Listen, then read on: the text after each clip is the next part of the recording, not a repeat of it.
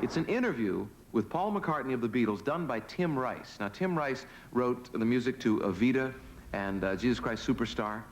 And it's a fascinating interview because he answers the accusation that one of his latest records, which is called Frozen Jap, he answers the accusation that this was written as a result of his arrest in Japan for possession of marijuana.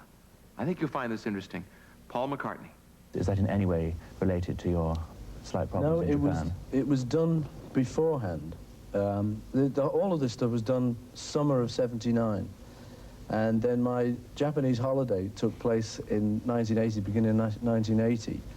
And that is a bit unfortunate, that, because it will be seen by some people as to be a bit of a Frozen Jap. But actually, it's a working title that stuck. When I did the tune, I was always imagining having sort of one night and all of that on it, you know, because this was I was just doing this for my own insanity, you know, I wasn't thinking of it as a record. And I like doing all that, you know, that sort of funny Japanese singing. But I couldn't think of a title for it. I was hoping it would be called, hoping I could think of something like, you know, Crystalline Wonder Around Mount Fuji. Or I was looking for something short, but that said that, you know, that postcard you see of winter in Japan with Mount Fuji with the snow on the top. Snow-capped Fuji, you know, it might have been called, or something like that. I was looking for something pretty.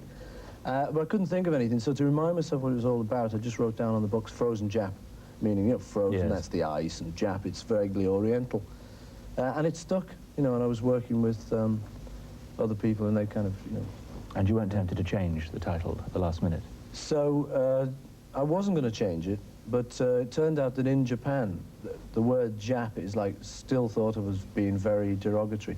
Although I think over here it's been diffused a lot. I think, like, the man who's got a clothes firm, who's a Japanese guy who calls himself Jap, he calls the clothes firm Jap. I think things like that have brought it, for me, a little bit more into line with Yank and Limey and Pom. You know, they're not as offensive as, like, Wop, and there are certain ones that are well offensive, Yid, you know, and those are the ones you don't use. And I think the Japanese think that Jap is still in that kind of thing. For me, it's becoming a borderline case.